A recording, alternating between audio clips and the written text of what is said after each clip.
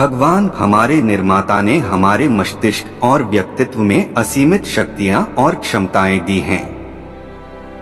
ईश्वर की प्रार्थना हमें इन शक्तियों को विकसित करने में मदद करती है। अंग्रेजी आवश्यक है क्योंकि वर्तमान में विज्ञान के मूल काम अंग्रेजी में हैं। मेरा विश्वास है कि अगले 2 दशक में विज्ञान के मूल काम हमारी भाषाओं में आने शुरू हो जाएंगे, तब हम जापानियों की तरह आगे बढ़ सकेंगे। कृत्रिम सुख की बजाय ठोस उपलब्धियों के पीछे समर्पित रहिए। शिखर तक पहुंचने के लिए ताकत चाहिए होती है, चाहे वो माउंट एवरेस्ट का शिखर हो या आपके पेशे का। भारत में हम बस मौत, बीमारी, आतंकवाद और अपराध के बारे में पढ़ते हैं। यदि हम स्वतंत्र नहीं हैं, तो कोई भी हमारा आदर नहीं करेगा। अगर किसी देश को भ्रष्टाचार मुक्त और सुंदरमन वाले लोगों का देश बनाना है, तो मेरा दृढ़तापूर्वक मानना है कि समाज के 3 प्रमुख सदस्य ये कर सकते हैं: पिता, माता और गुरु। महान सपने देखने वालों के महान सपने हमेशा पूरे होते हैं। मैं इस बात को स्वीकार करने के लिए तैयार था कि मैं कुछ चीजें नहीं बदल सकता। मुझे बताइए, यहाँ का मीडिया इतना नकारात्मक क्यों है? भारत में हम अपनी अच्छाइयों, अपनी उपलब्धियों को दर्शाने में इतना शर्मिंदा क्यों होते हैं? हम एक महान राष्ट्र हैं। हमारे पास ढेरों सफलता की गाथाएं हैं, लेकिन हम उन्हें नहीं स्वीकारते। क्यों? किसी भी धर्म में उसे बनाए रखने और बढ़ाने के लिए दूसरों को मारना अनिवार्य नहीं बताया गया है।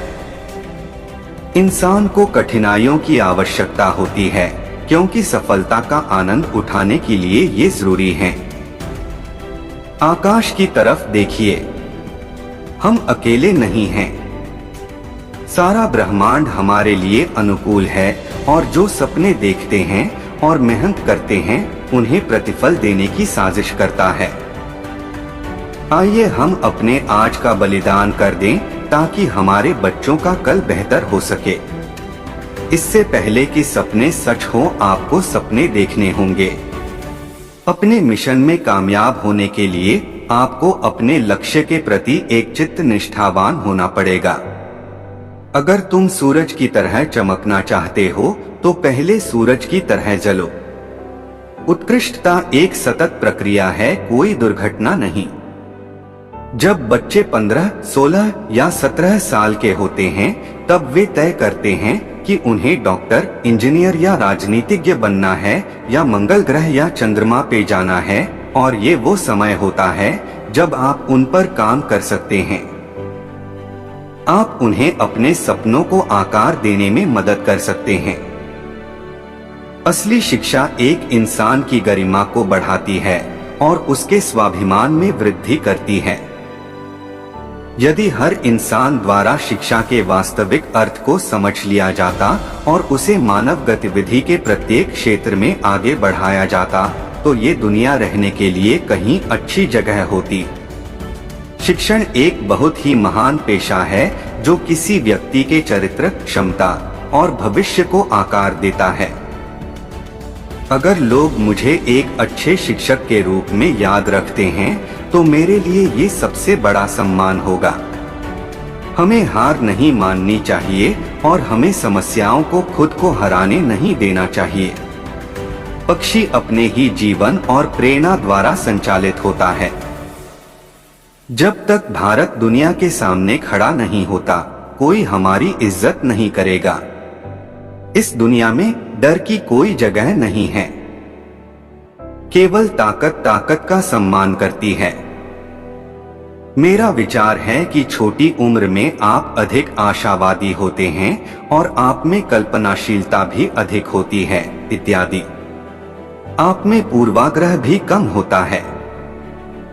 राष्ट्रपति पद का राजनीतिकरण नहीं किया जाना चाहिए। एक बार राष्ट्रपति चुन लिया जाए तो वह राजनीति से ऊपर है। एक सबक जो हर एक देश चीन से सीख सकता है वो है ग्रामीण स्तर के उद्यमों, उत्तम स्वास्थ्य और शिक्षा सुविधाएं बनाने पर अधिक ध्यान केंद्रित करना। जब हम बाधाओं का सामना करते हैं, हम अपने साहस और फिर से खड़े होने की ताकत के छिपे हुए भंडार को खोज पाते हैं, जिनका हमें पता नहीं होता कि वो हैं।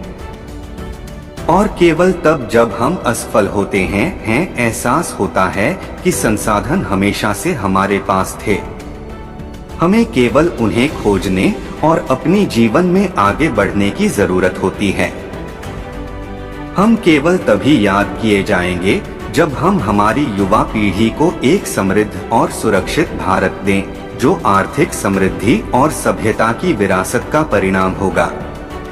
जो अपने दिल से काम नहीं कर सकते वे हासिल करते हैं, लेकिन बस खोखली चीजें, अधूरे मन से मिली सफलता अपने आसपास कड़वाहट पैदा करती है।